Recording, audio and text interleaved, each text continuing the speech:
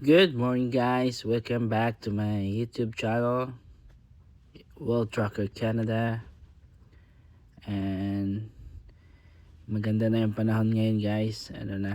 Medyo warm na siya, and then patapos na yung winter. Sasalubungin na naman natin ngayong spring, guys.